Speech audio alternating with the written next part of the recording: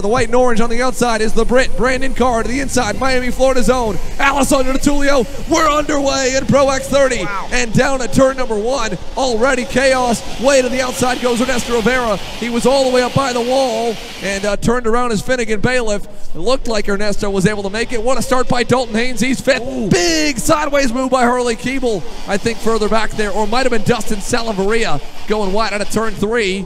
But out front to Tullio, the leader, down to turn number 5 over Carr, Norberg, Neveau, and Haynes. And Neveau, wow! A big hip check to Ryan Norberg for third.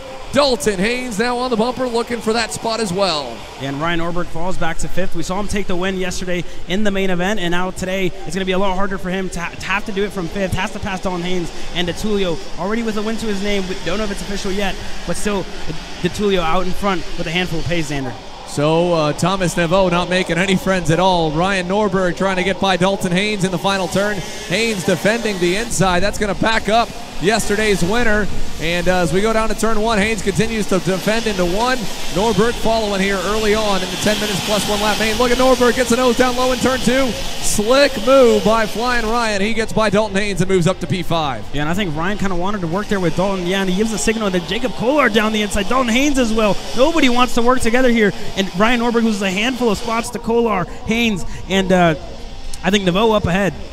Yeah, Ryan Norberg not happy with the two young guns in front of him, Dalton Haynes and Jacob Kolar. And as they exit turn number 6 here and head through the carousel, Kolar was super quick in the wet here. Can he get going? Norberg again trying the inside on Dalton Haynes. He's ready to get rid of that Sodi card here. He already had troubles earlier last year with Harley Keeble, and now Dalton Haynes picking up, and it's a rivalry that seems to continue between the black and orange boys and the boys in pink and purple.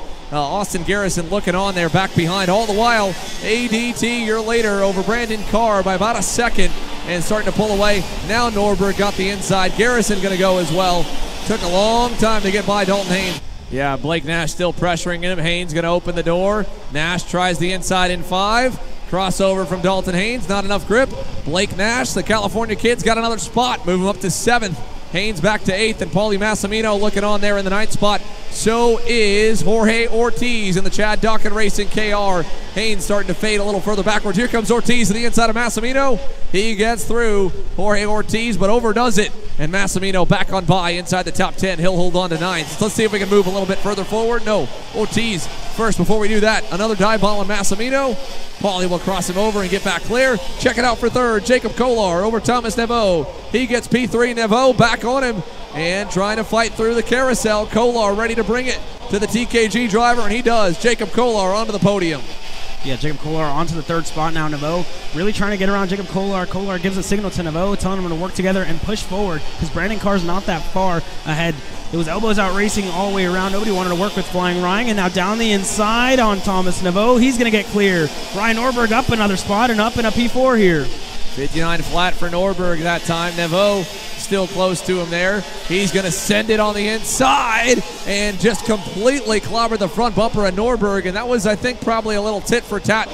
Thomas Neveau, Ryan Norberg. Norberg getting no love.